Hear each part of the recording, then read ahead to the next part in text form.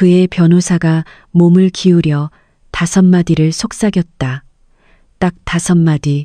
그러자 강민준의 얼굴, 지난 15년간 아침 식탁에서 마주보던 그 거만하고 자기만족에 가득 찬 얼굴이 새하얗게 질려버렸다. 그의 손이 떨리기 시작했다. 그렇게나 서명하고 싶어 안달하던 서류들이 폭풍 속에 나뭇잎처럼 흔들렸다. 그리고 박서연은 3년 만에 처음으로 미소를 지었다. 하지만 이야기가 너무 앞서갔다. 처음부터 시작해야겠다. 당신은 우리가 어떻게 여기까지 오게 되었는지 이해해야만 한다. 모두가 정신 나갔다고 생각했던 한 여자가 어떻게 그녀 인생에서 가장 길고 가장 끈기 있는 게임을 펼쳤는지 말이다. 내 이름은 박서연, 나이는 34이다. 그리고 3달 전까지 나는 강민준의 아내였다. 15년의 결혼 생활, 대부분의 연예인 커플보다 길고 몇몇 작은 나라의 역사보다도 길며 내 인내심이 버텨야 했던 시간보다도 훨씬 긴 시간이었다. 하지만 난 고집이 센 여자다. 외할머니를 닮아서 그렇다. 내가 민준 씨를 만난 건 17살 때였다. 나는 고등학교를 조기 졸업했다. 천재라서가 아니라 현실적이고 의욕이 넘쳤으며 부모님 집에서 정말로 벗어나고 싶었기 때문이다. 나는 한 법률사무소에 파일 정리원으로 취직했다. 최저임금을 받았고 서류에 베이는 일은 최대치였지만 온전히 내 힘으로 번 돈이었다. 18살이 되자 나는 법률보조원으로 승진했다. 나는 꼼꼼했고 숫자에 강했으며 입은 다물고 눈은 크게 뜨는데 능숙했다. 민준 씨는 24살이었다. 우리는 고객 행사에서 만났다. 그는 매력적이고 야망이 넘쳤으며 부동산 제국을 건설하겠다는 꿈에 부풀어 있었다. 그는 미래를 마치 이미 자신의 것인 양 성공이 그저 자신이 나타나 차지하기만을 기다리고 있는 것처럼 말했다. 그는 엄청난 것을 이룰 것이라고 했고 나는 그 서류 작업을 돕겠다고 했다. 참 낭만적이지 않은가? 우리는 내가 19살 때 결혼했다. 20살의 아들 지훈이가 태어났다. 나는 아들을 키우면서 법률사무소에서 시간제로 계속 일했고 개인연금을 붓고 푼돈이라도 악착같이 모았다. 외할머니는 항상 여자는 자기만의 돈이 있어야 한다고 말씀하셨다. 비자금이 아니라 할머니는 분명히 하셨다. 그냥 내 돈, 아무도 빼앗아갈 수 없는 그런 돈 말이다. 23살, 마침내 민준 씨의 사업이 본궤도에 올랐다. 그는 내게 법률사무소를 그만두고 자신을 온전히 도와달라고 했다. 장부를 관리하고 고객을 응대하고 시공사와 조율할 완전히 믿을 수 있는 사람이 필요하다고 했다. 그래서 나는 그의 묵은 만능 해결사가 되었다. 회계 담당, 사무실 관리자, 고객 담당, 모델하우스 인테리어 디자이너, 마케팅 책임자, 행사 기획자. 나는 지훈이를 키우고 집안 살림을 하면서 어떻게든 모두를 먹이고 적당히 행복하게 유지하며 그 모든 일을 해냈다. 내 공식적인 직함은 아내였지만 비공식적인 직함은 그 외 모든 것이었다. 11년 동안 나는 강민준의 꿈을 이루기 위해 나 자신을 쏟아부었다. 그리고 11년 동안 그는 모든 공로와 상, 인정을 독차지했다. 모든 업계 행사에서 나는 강민준 대표의 사모님이었다. 모든 축하 자리에서 그는 자신의 팀과 멘토, 빚어내는 감사했지만 어쩐지 내게는 고맙다는 말을 할 차례가 돌아오지 않았다. 어느 순간부터 모든 것이 변하기 시작했다. 그는 나와 상의 없이 결정을 내리기 시작했다. 야근이라며 늦는 날이 점점 잦아졌다. 그는 사소한 것들을 비난하기 시작했다. 내 옷차림, 내가 만든 음식, 내게 야망이 없다는 것까지 야망이 없다니. 나는 그의 아들을 키우고 그의 인생을 정리해 주면서 그의 회사 뒤치다꺼리를 공짜로 해주고 있었는데 말이다. 하지만 야망이 부족했나 보다. 그러다 3달 전 그는 폭탄을 터뜨렸다. 화요일 저녁이었다. 나는 저녁을 차리고 있었다. 그가 제일 좋아하는 김치찌개였다. 나는 감사받지 못할 노력에 중독된 사람이 분명하다. 그는 식탁에 나를 앉히더니 어떤 표정을 지었다. 슬프지도 미안하지도 않은 그저 사무적인 표정이었다. 우리 이혼하자, 그가 말했다. 그리고는 집, 차, 사업 전부 다 내가 가질 거야. 지훈이는 당신이 키워. 그는 마치 메뉴판에서 주문하는 것처럼 말했다. 자산은 제가 갖고요. 아이는 빼주세요. 고맙습니다. 15살 아들 지훈이를 남은 피자 조각처럼 그가 내게 관대하게 허락해주는 불편한 존재처럼 말했다. 나는 그저 그를 멍하니 쳐다봤다.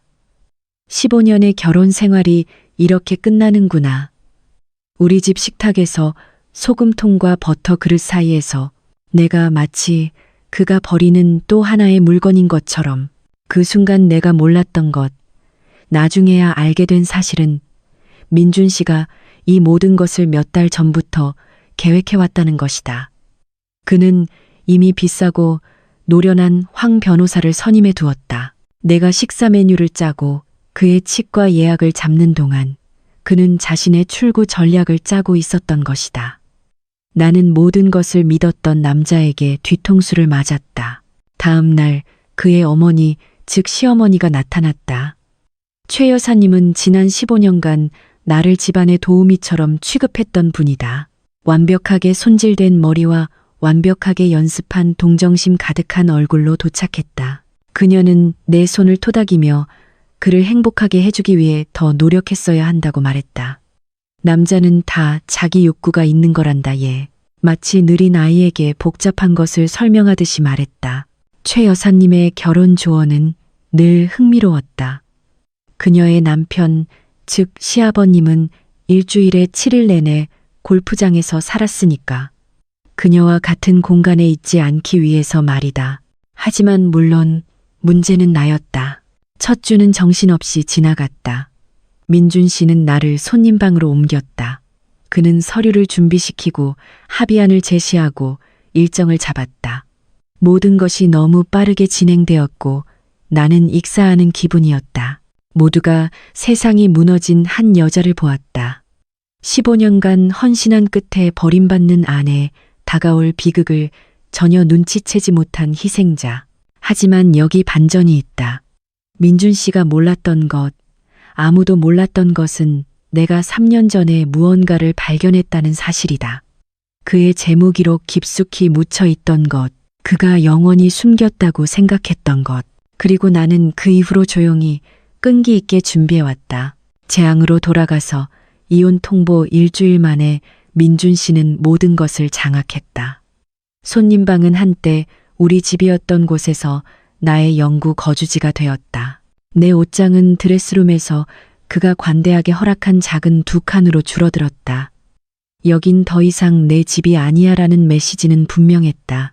2주가 지나자 그는 그녀를 데려오기 시작했다. 한유라 27살, 그의 회사 직원이었다.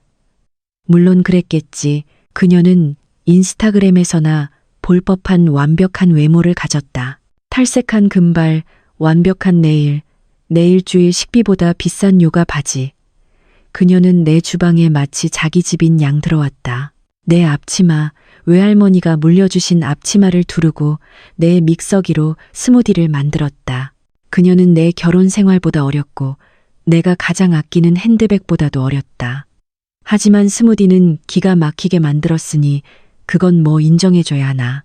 민준 씨는 그녀를 트로피처럼 과시했다. 그들은 내 소파에 앉아 내 텔레비전을 보고 내 접시에 음식을 담아 먹었다. 그는 내 바로 앞에서 그녀의 어깨를 감쌌다. 마치 내가 가구라도 된 것처럼, 이미 사라진 존재인 것처럼. 굴욕은 날마다 심해졌다. 먼저 그는 내 개인 신용카드를 정지시켰다. 재산을 분리해야지. 그는 합리적인 척 말했다. 그 다음은 공동카드였다. 그러고는 이 문제가 정리되는 동안 내가 다른 곳에 머무는 게 좋겠다고 제안했다. 내 집에서 내가 떠나라는 요구를 받은 것이다. 시어머니가 내 짐 싸는 것을 도와주러 왔다. 도와준다는 말은 내 소지품을 뒤져서 내가 가질 자격이 있는 것을 결정해 준다는 뜻이었다. 낡은 옷은 괜찮았다. 가족 사진은 일부만, 외할머니의 요리법 상자. 그녀는 그것을 망설였다. 마치 자기가 가질까 고민하는 것처럼. 내가 가져갈 수 없는 것들. 민준 씨가 15년간 사준 모든 보석. 내가 골랐던 모든 가구. 가치 있는 모든 것. 이것들은 부부 공동 재산이란다. 최 여사님이 설명했다. 그리고 민준이가 가질 권리가 있지. 그녀는 내 짐을 상자가 아닌 쓰레기 봉투에 담았다. 내가 버려지는 쓰레기라도 되는 것처럼 이 모든 과정에서 내가 믿을 수 있다고 생각했던 단 한 사람이 있었다. 김수진. 우리는 고등학교 때부터 친구였다. 남자친구, 이별, 아기. 그 모든 것을 함께 겪은 20년 지기 친구. 민준 씨의 이혼 통보 후 내가 가장 먼저 전화한 사람이었다. 그녀는 정말 힘이 되어 주었다. 항상 안부를 묻고 어떻게 버티고 있는지 물어보고 언제나 내 이야기를 들어줄 준비가 되어 있었다. 그녀는 와인을 들고 와서 내가 어깨에 기대 울도록 내버려 두었다. 그녀는 내가 더 나은 대접을 받을 자격이 있다고 했다. 민준 씨가 큰 실수를 하고 있다고 했다. 하지만 뭔가 이상했다. 아주 사소한 것들. 처음에는 민준 씨가 내가 계획을 세우기도 전에 내 계획을 아는 것 같았다. 내가 수진이에게 집을 위해 싸워볼까 생각 중이라고 말하자. 다음 날 지훈이가 집에 와서 아빠가 그래봤자 소용없을 거래요라고 말했다. 내가 특정 동네의 아파트를 알아보고 있다고 말하자. 민준 씨는 바로 그 동네가 내게는 너무 비쌀 것이라는 말을 했다. 그때 깨달았다. 돌이켜보면 몇 년 전에 알았어야 했다. 민준 씨가 방에 들어올 때마다 수진이의 얼굴이 환해지던 방식, 그를 칭찬하는 정도가 약간 과하고 그의 농담에 조금 더 크게 웃던 모습. 그녀는 우리가 얘기할 때면 항상 그에 대해 먼저 물었다. 민준 씨는 어때? 사업은 잘 돼? 민준 씨는 행복해? 그녀는 15년 동안 내 남편을 짝사랑해온 것이다. 그리고 민준 씨는 어떤 사람들이 우표를 모으듯 추종자를 모으는 그는 그것을 어떻게 이용할지 정확히 알고 있었다. 그는 그녀를 특별하고 중요한 사람처럼 다른 여자들과는 다른 것처럼 느끼게 만들었다. 아마 이혼 후에 사귈 것처럼 암시했을 것이다. 그녀를 충성스럽게 만들 만큼의 희망을 주면서 내 가장 친한 친구가 그의 스파이였다. 20년의 우정이 약간의 추파와 공허한 약속에 팔려나간 것이다. 최소한 더 비싸게 팔지 그랬니, 수진아. 하지만 최악은 민준 씨도 시어머니도 심지어 수진이도 아니었다. 최악은 지훈이었다. 내 아들은 모든 것을 보았다. 아빠의 여자친구, 내 짐을 싸는 할머니, 아빠가 나를 아무것도 아닌 것처럼 쳐다보는 방식. 그리고 민준 씨는 아들에게 계속해서 독을 주입하고 있었다. 엄마가 일을 어렵게 만들고 있어. 아빠는 그저 모두가 행복하길 바랄 뿐이야. 질질 끄는 건 엄마 쪽이야. 공평하게 하려고 노력하는데 엄마가 협조를 안 해. 지훈이는 내게서 멀어지기 시작했다. 화가 난 건 아니었지만 그냥 거리를 두고 혼란스러워했다. 누구를 믿어야 할지 몰랐다. 그리고 그의 아버지는 매우 설득력이 있었다. 나는 집을 잃을 수도 있었다. 돈을 잃을 수도 있었다. 내가 15년간 쌓아온 모든 것을 잃을 수도 있었다. 하지만 내 아들이 나를 문제의 원인인 것처럼 쳐다보는 것, 그것이 칼날이었다. 그것이 실제로 피를 흘리게 한 상처였다. 나는 변호사를 선임했다. 차혜린 변호사, 예전 법률 사무소에서 추천해줬다. 52살, 면도날처럼 날카롭고 말도 안 되는 소리는 절대 용납하지 않는 분이었다. 그녀는 내 상황을 검토하고 전투 계획을 세웠다. 당신은 이 사업을 함께 읽었습니다. 모든 것의 절반에 대한 권리가 있어요. 집, 회사, 예금 계좌까지. 싸워야 합니다. 나는 그녀를 한참 동안 바라보았다. 만약 싸우고 싶지 않다면요. 차 변호사는 내가 다른 나라 말을 하기 시작한 것처럼 혹은 민준 씨에게 감사 카드와 과일 바구니를 보내자고 제안한 것처럼 나를 쳐다봤다. 그녀는 내가 상처받고 우울하고 자신을 위해 일어서기에는 너무 지쳤다고 생각했다. 그녀는 전혀 모르고 있었다. 나는 지훈이와 함께 작은 빌라로 이사했다.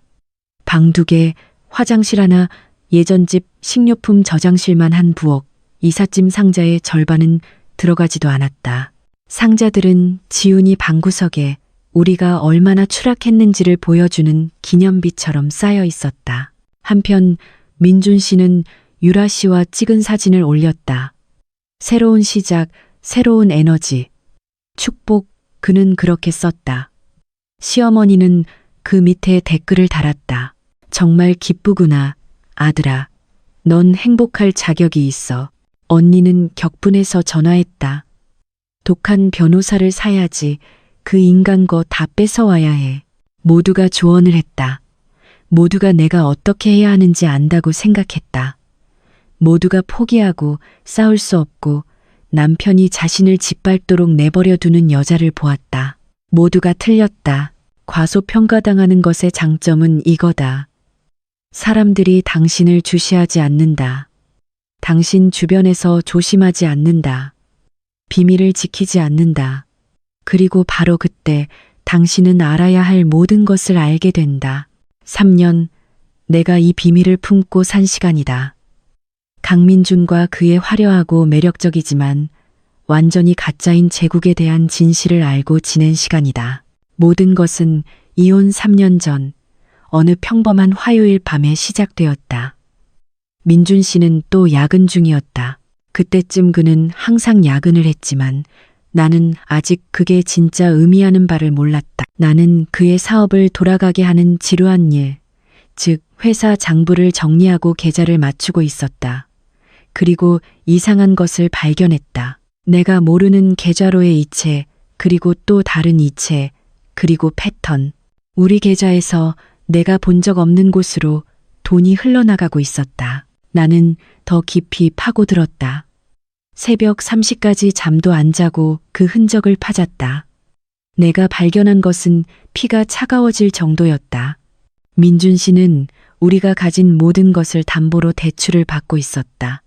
모두가 부러워하던 우리의 아름다운 집, 그 집에는 3개의 주택 담보 대출이 걸려 있었다. 원래 대출 4억 원, 4년 전에 받은 2차 담보 대출 3억 5천만 원, 2년 전에 받은 3차 담보 대출 3억 5천만 원, 총부채 11억 원, 집의 실제 가치는 8억 5천만 원.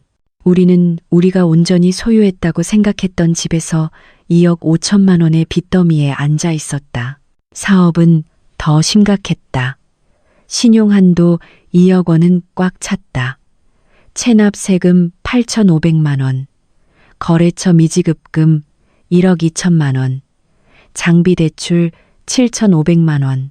민준 씨가 모든 파티에서 자랑하던 그 회사, 그렇게 잘 나간다고 하던 그 회사는 거의 5억 원의 빚에 허덕이고 있었다. 심지어 차들도 진짜 우리 것이 아니었다. 3대 모두 리스였고 만기 시 거액의 잔금을 치러야 했다. 우리는 아무것도 소유하지 않았다. 그저 매우 비싼 월 납입금만 있을 뿐이었다. 나는 새벽 3시 주방에 앉아 출력물에 둘러싸여 계산을 했다. 총부채 약 19억 원. 실제 자산 가치 기껏해야 16억 원. 우리는 3억 원, 어쩌면 그 이상의 적자 상태였다. 그런데 그 모든 돈은 어디로 갔을까? 나는 계속 파헤쳤다. 다음 몇 주 동안 나는 찾을 수 있는 모든 거래를 추적했다. 그리고 드러난 그림은 충격적이었다. 암호화폐 투자 1억 8천만 원, 모두 손실, 도박 7,500만 원, 탕진. 내가 몰랐던 아파트, 내가 모르는 여자를 위해 빌린 곳, 임대료와 가구 비용으로 6천만 원. 집으로는 절대 들어오지 않은 생활비, 시계, 양복, 내가 초대받지 못한 여행들, 또 8,500만 원. 내 남편은 제국을 건설하고 있는 게 아니었다. 그는 빌려온 카드로, 그것도 불타고 있는 카드로 만든 집을 짓고 있었다. 우리가 부유해 보였던 것은 마네킹이 살아있는 것처럼 보이는 것과 같았다. 멀리서는 그럴듯하지만 가까이서 보면 완전히 텅 비어 있었다. 처음에는 그에게 따지고 소리치고 울고 답을 요구하고 싶었다. 하지만 나는 민준 씨를 알았다. 나는 그가 수년간 어떻게 행동하는지 봐왔다. 내가 그에게 맞서면 그는 나를 조종할 것이다. 그는 변명하고 그를 의심하는 나를 미친 사람으로 만들 것이다. 아마 어떻게든 내 탓으로 돌릴 방법을 찾을 것이다. 그리고 더 나쁜 것은 내가 안다는 것을 그가 알게 되면 내 개인 돈까지 통제하려 들지도 모른다. 나는 항상 나만의 작은 돈을 가지고 있었다. 외할머니의 목소리가 머릿속에 울렸다. 여자는 자기만의 돈이 있어야 한다. 법률 사무소 시절부터 부어온 내 개인연금. 그만둘 때 이관했지만 한 번도 건드리지 않았다. 그때쯤에는 약 1억 8천만 원으로 불어나 있었다. 그건 내 돈이었다. 내 직장에서 번 법적으로 분리된 재산, 그리고 할머니 자신이 있었다. 그녀는 내가 28살 때 돌아가셨고 내게 3억 4천만 원을 남겨주셨다. 유언은 구체적이었다. 이 돈은 오직 서연이만을 위한 것이다. 나는 그것을 6년 동안 별도의 계좌에 보관했고 민준 씨의 재정과 섞지 않았으며 생활비로 사용하지 않았다. 외할머니는 50년 동안 자신만의 계좌를 유지하셨다. 비자금이 아니라 그냥 내 돈, 항상 그렇게 말씀하셨다. 내가 아는 가장 현명한 분이었다. 나에게는 약 5억 2천만 원이 있었다. 완전히 법적으로 분리된 내 돈이었다. 그래서 나는 민준 씨에게 따지지 않았다. 대신 나 자신을 보호했다. 은퇴한 회계사인 삼촌과 함께 지훈이를 위한 취소 불가능한 신탁을 만들었다. 내 개인 연금과 유산은 그 신탁으로 들어갔다. 내 이름은 수혜자로 올라가지 않았다. 민준 씨의 이름은 당연히 없었다. 그것은 지훈이의 미래, 대학, 첫집 비상금을 위한 것이었고 손댈 수 없는 돈이었다. 그런 다음 나는 모든 것을 기록했다. 모든 담보대출 서류, 모든 숨겨진 계좌, 모든 의심스러운 거래. 나는 사본을 인쇄해 언니 집에 보관했다. 사본을 은행 안전 금고에 넣었다. 모든 것을 암호화된 드라이브에 저장했다. 그리고 기다렸다. 나는 민준 씨가 결국 떠날 것을 알고 있었다. 그와 같은 남자들은 항상 그렇다.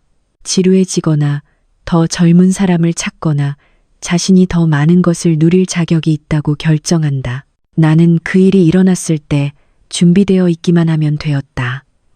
3년의 기다림. 그가 구덩이를 더 깊이 파는 것을 지켜본 3년. 우리의 모든 삶이 유사 위에 세워진 것을 알면서도 저녁 파티에서 미소 지었던 3년. 나는 인내심이 아주 강해졌고 내 남편이 우리 둘을 재정적으로 익사시키고 있다는 사실을 모르는 척하는데 아주 능숙해졌다. 민준 씨가 마침내 이혼을 요구했을 때, 그가 집, 차, 사업, 모든 것을 요구했을 때 나는 거의 웃음이 터질 뻔했다. 그는 자산을 요구하는 것이 아니었다. 그는 빚을 요구하고 있었다. 그는 아직 그것을 몰랐을 뿐이다.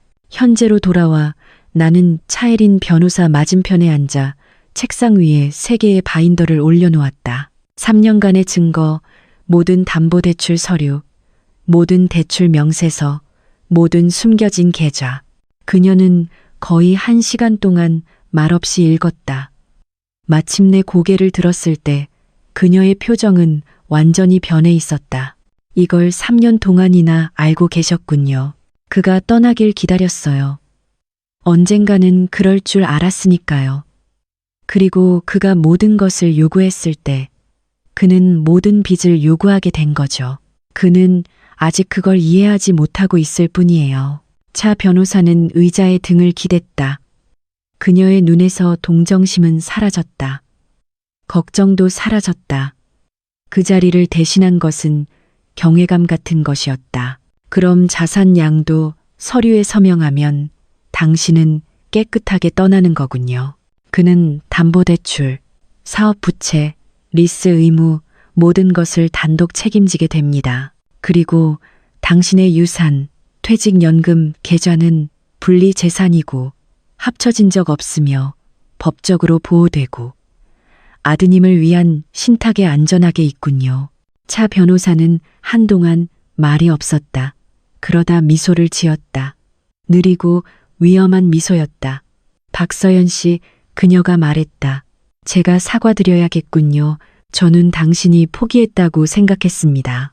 나도 마주 웃었다. 모두가 그렇게 생각하죠. 그게 바로 핵심이니까요. 차 변호사는 나를 길 잃은 아기 고양이처럼 보다가 체스 그랜드 마스터를 보는 눈빛으로 바뀌었다.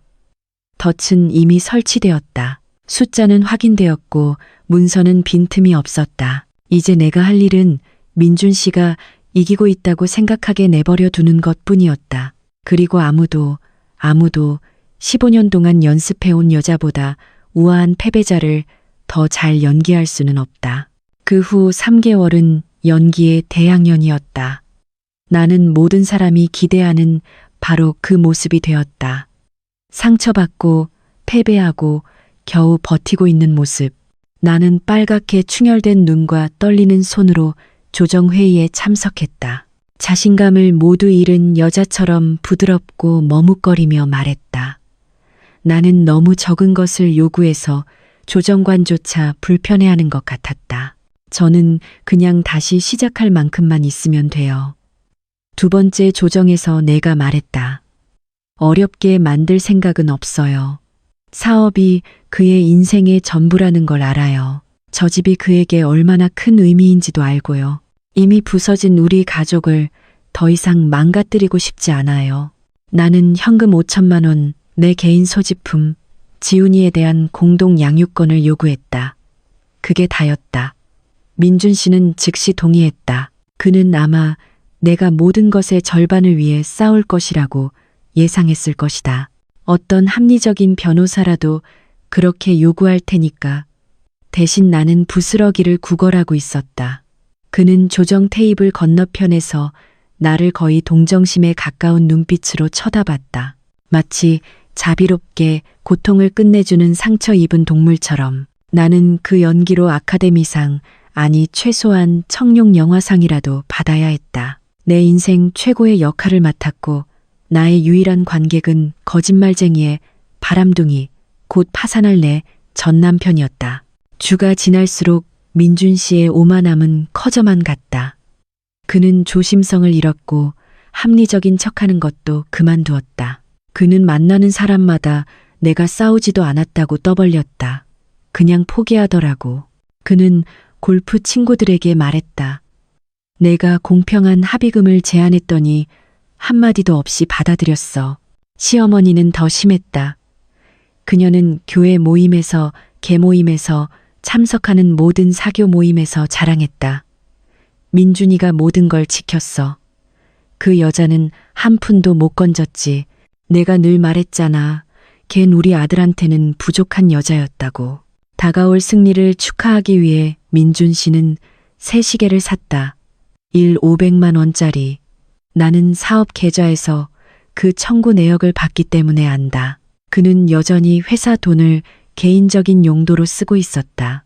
여전히 그 구덩이를 더 깊이 파고 있었다. 그는 다음 조정회의에 그 시계를 차고 와서 내가 알아채도록 했다. 그는 또한 유라 씨를 우리가 10주년 결혼기념일을 축하했던 프렌치 레스토랑에 데려갔다. 그는 소셜미디어에 사진을 올렸다. 좋은 사람과 함께하면 인생은 아름답다.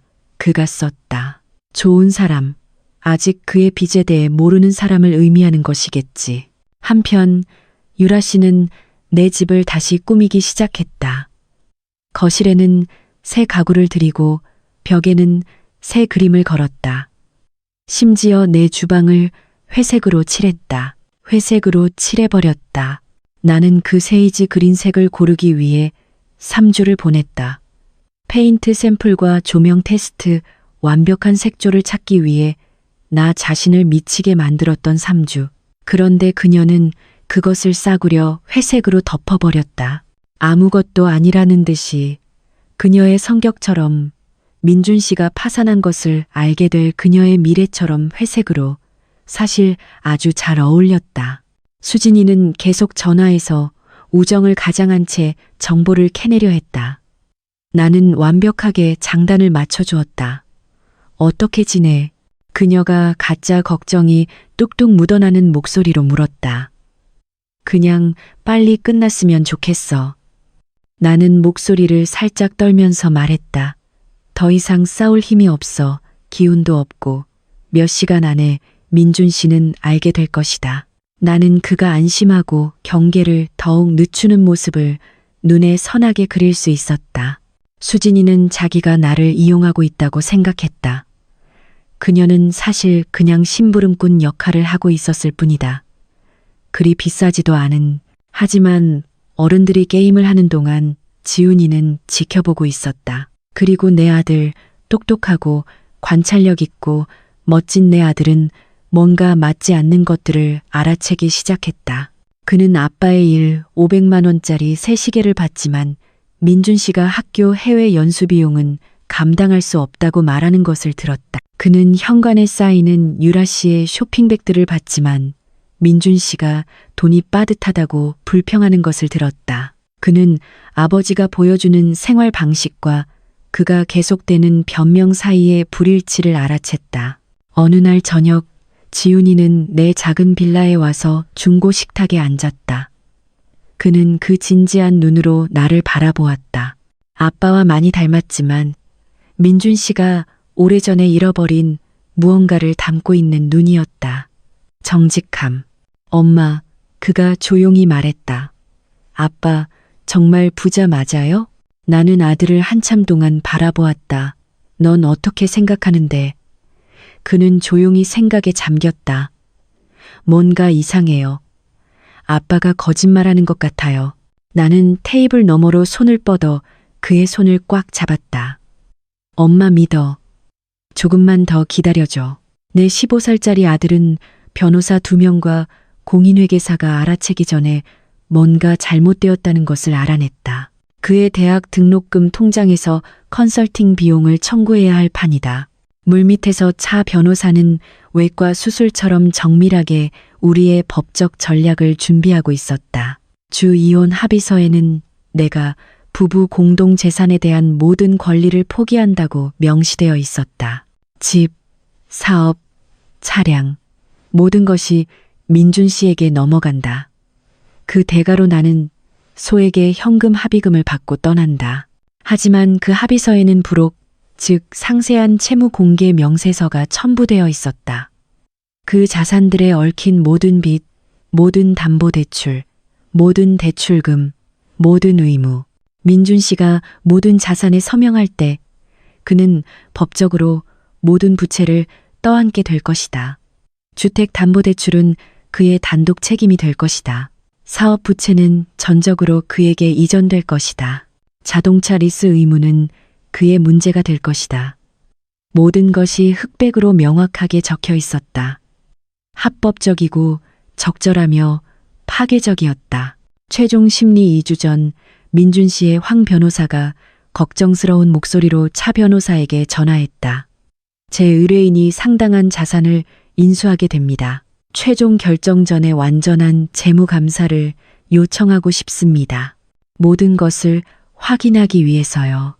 차 변호사는 목소리를 평이하게 유지했다. 물론이죠.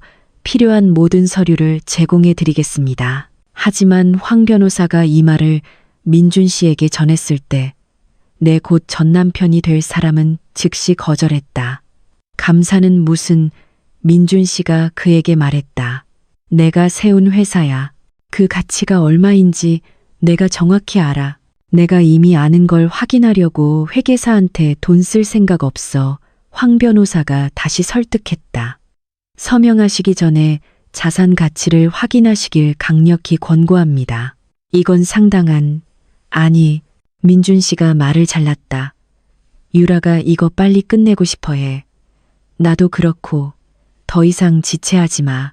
황 변호사는 30년 넘게 법조계에 몸담아 왔다.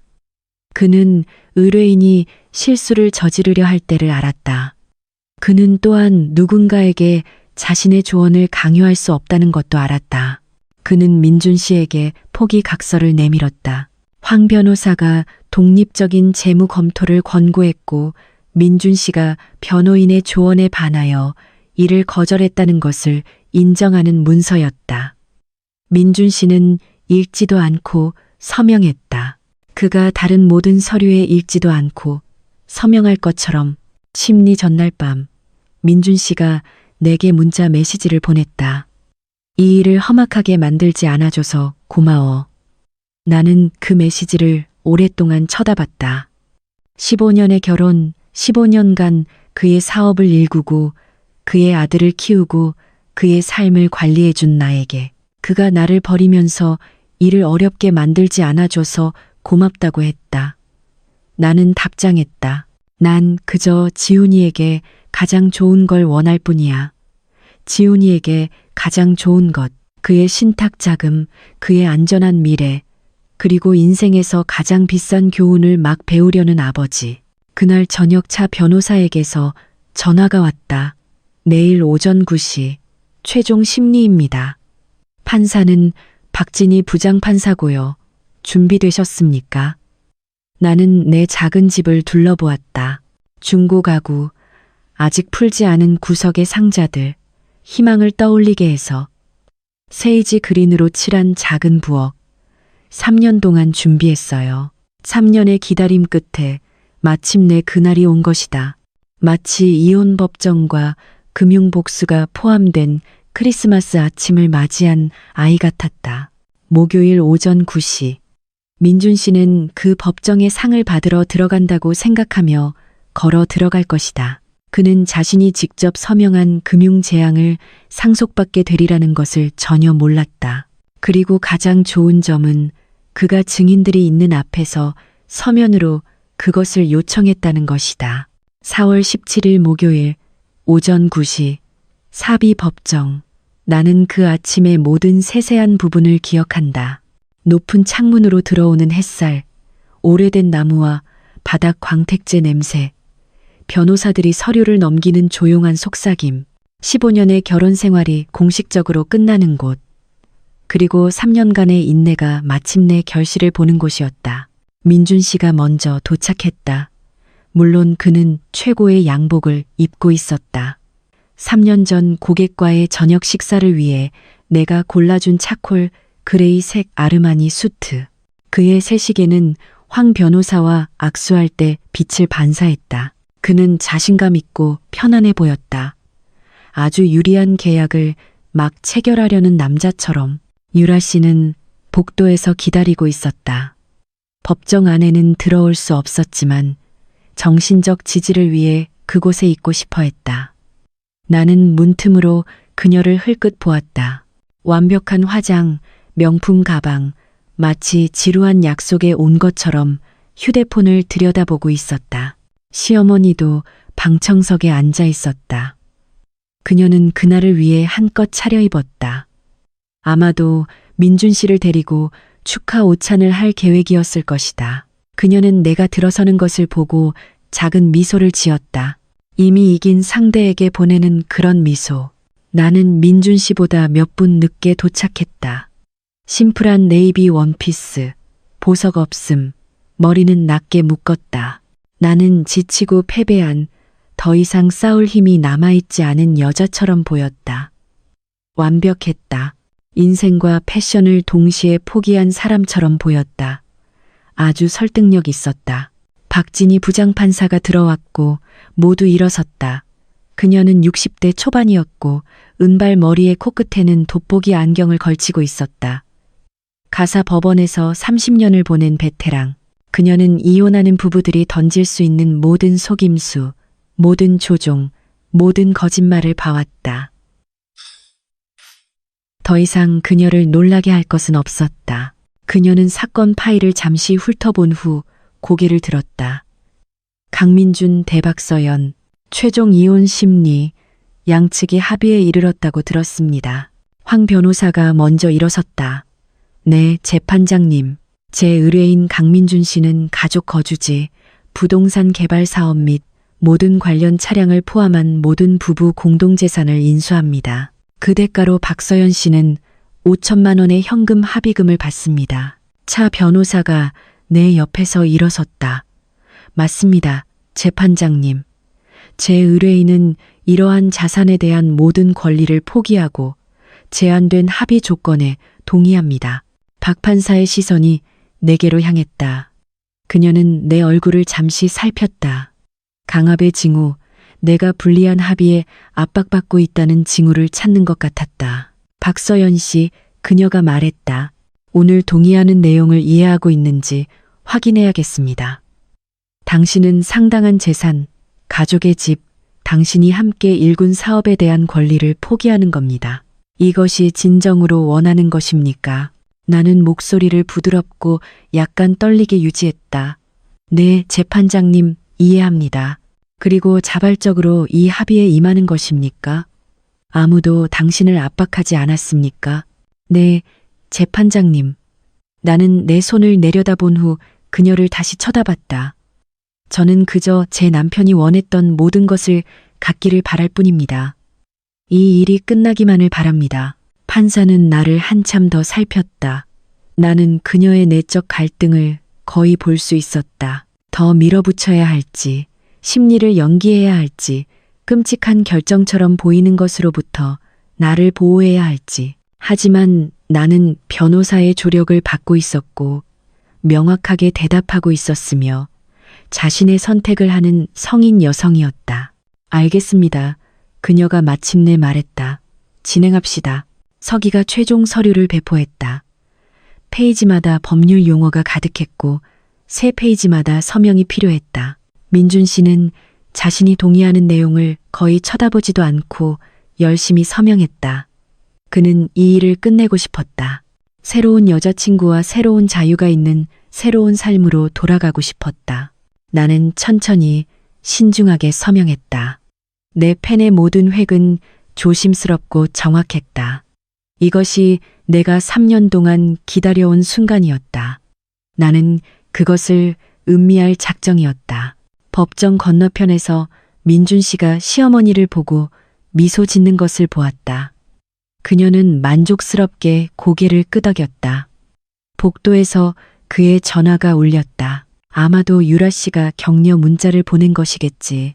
그는 자신의 이혼 심리 중에 법정에서 휴대폰을 확인했다.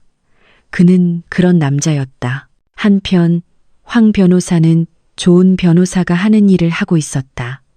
전체 서류 뭉치를 마지막으로 한 번 더 검토하는 것. 주 합의서 서명, 자산 목록 서명, 합의 조건 서명. 그러다 그는 부록에 이르렀다. 채무 공개 명세서. 나는 그가 읽는 동안 그의 얼굴을 지켜봤다. 그의 얼굴에 스치는 혼란, 뭔가를 잘못 읽었기를 바라는 듯 페이지를 뒤적이는 모습을.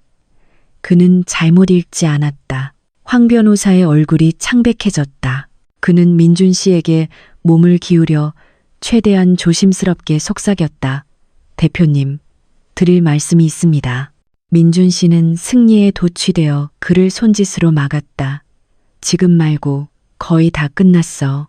대표님, 황 변호사의 목소리는 더 절박해졌다. 모든 빚을 떠안으시는 겁니다.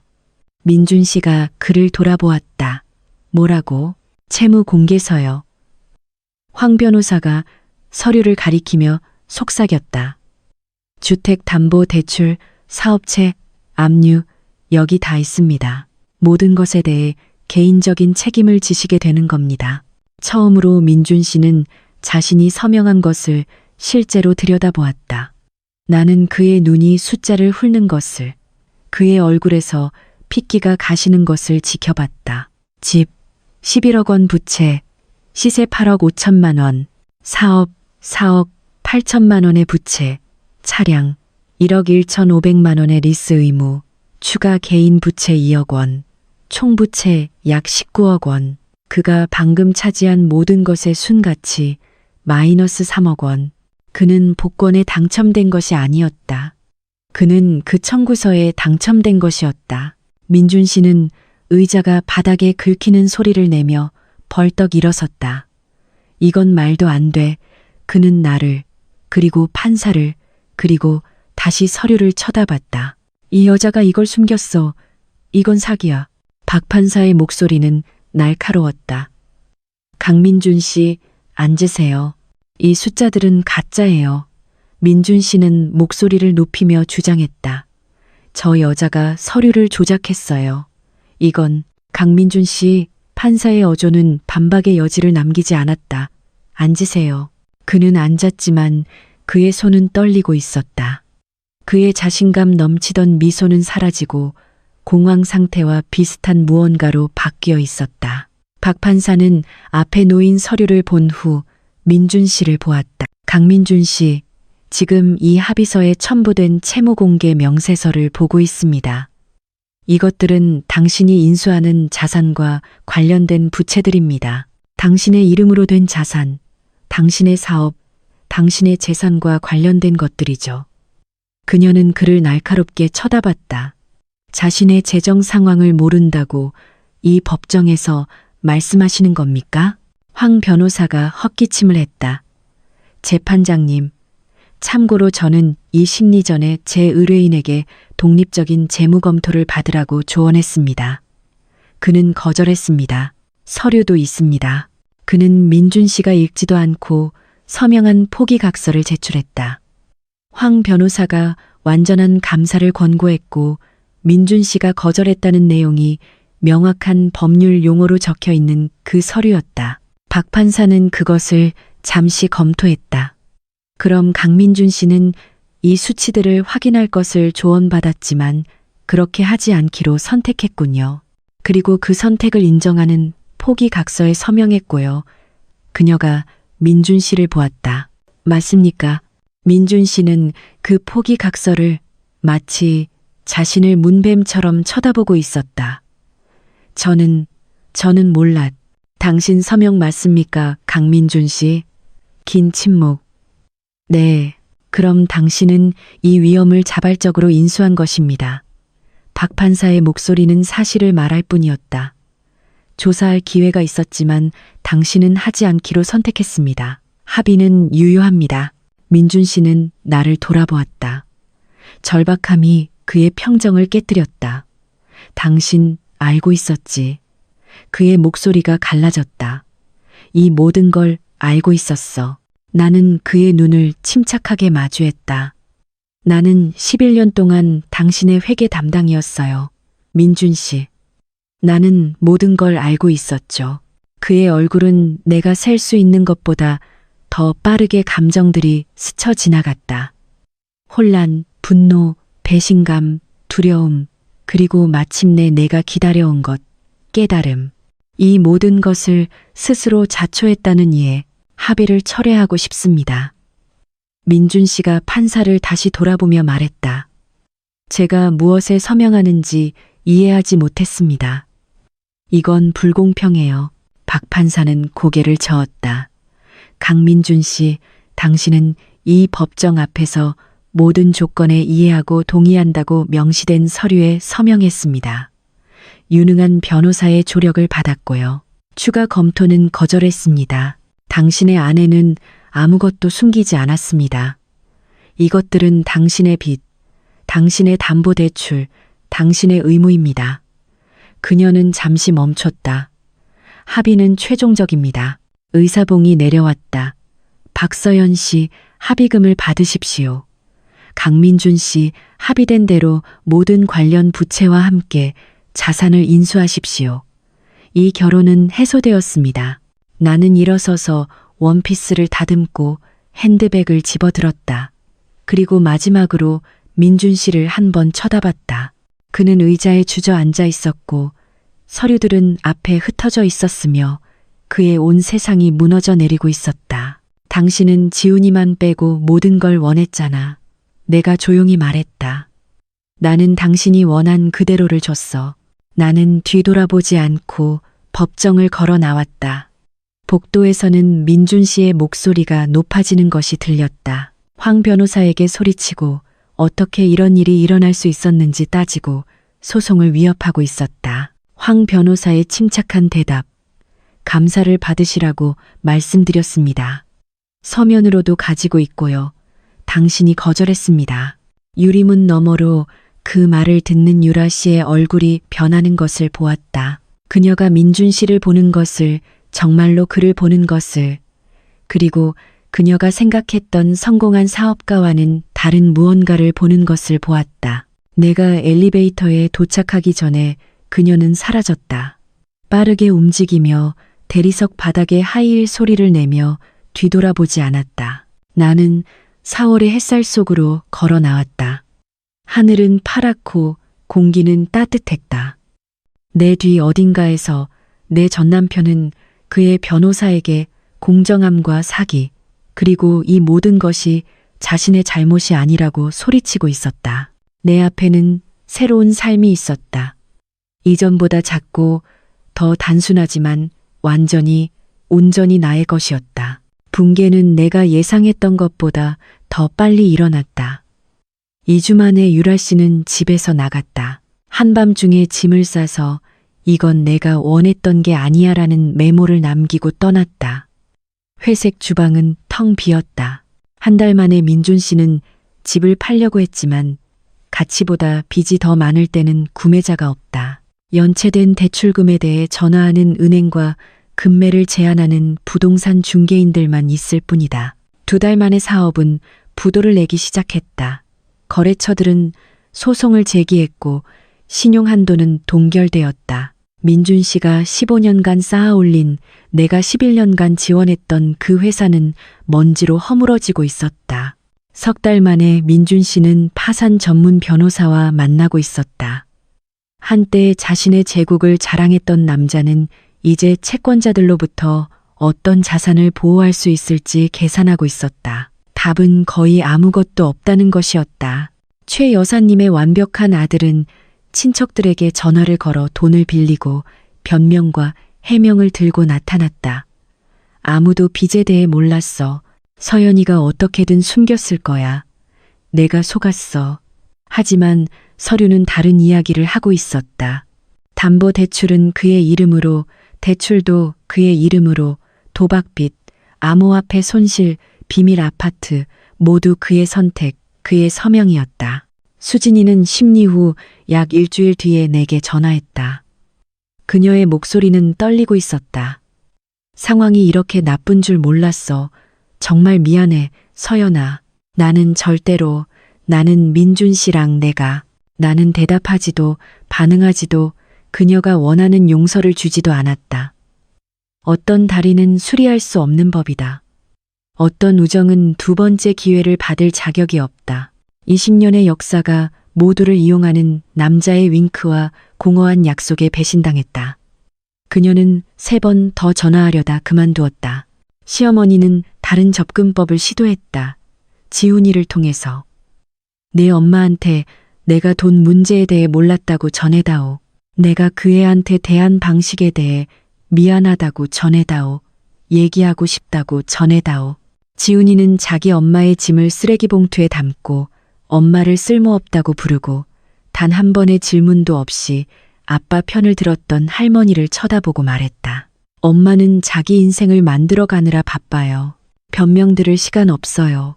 지훈이, 내 멋지고 똑똑하고 관찰력 있는 아들. 그는 마침내 모든 것을 이해했다. 내가 설명해서가 아니라 스스로 알아냈기 때문이다. 그는 법원 서류를 보았다.